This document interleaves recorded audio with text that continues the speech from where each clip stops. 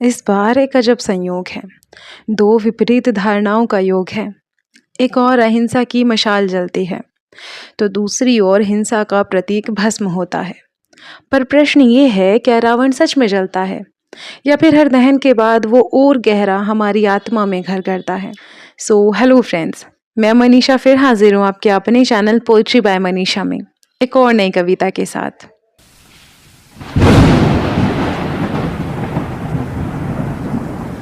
2 अक्टूबर की सुबह कहती है, सत्य में ही जीवन की असली परिभाषा रहती है। बापू का जन्म जैसे धरती पर करुणा का दीप जला हो, जैसे हिंसा के अंधियारे में एक अहिंसा का सूरज खिला हो। उसी दिन जलना है रावण भी, अहंकार और हिंसा का प्रतीक। आग की लपटें बताती हैं कि शक्ति कितनी भी प्रबल हो, बुराई अंततः होती है कमजोर और पराजित। पर सोचो जरा, क्या रावण सचमुच राख हो गया या वहां से जलकर भी हमारे भीतर रह गया, क्रोध, लोभ और अहंकार के रूप में, कपट, वासना और पैसे की भूख में। बापू ने कहा था, आंख के बदले आंख से पूरा जग अंधा हो जाएगा।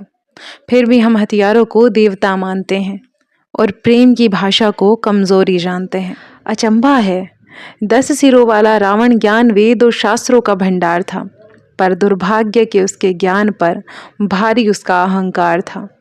आज का इंसान बस थोड़ा सा विपरीत है। 10 सिर नहीं है, वो एक ही सिर से ढीठ है। काम, क्रोध और अहंकार तो रावण का ना टिक पाया, फिर भी जाने चुन चुन जन को किस माया ने भरमाया। दशहरा केवल पुतला जलाना नहीं है, ये अंदर की बुराई को मिटाना भी है। जब अपने अहंकार को जीत लेंगे, तभी बापू की दिखाई सत्य की राह की सीख लेंगे। हम दशहरा मनाते हैं, पर रावण को जलाने से पहले क्या हमने अपने भीतर के क्रोध, ईर्ष्या और घृणा को जलाने की कोशिश की है? गांधी की तस्वीरों को दीवारों पर टांगते हैं, उनके शब्दों को किताबों में पढ़ते हैं, पर क्या उनके सिद्धांतों को अपने जीवन में अपनाने की कोशिश की है? आज ज़रूरत है कि अहिंसा और सत्य केवल किताबों तक ना रहें, बल्कि लोगों के दिलों में बसें। वरना एक दिन हम इतने हिंसक हो जाएंगे कि रावण और गांधी दोनों सिर्फ किताबों और कहानियों में रह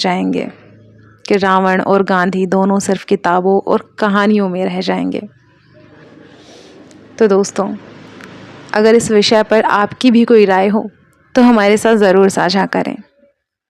धन्यवाद।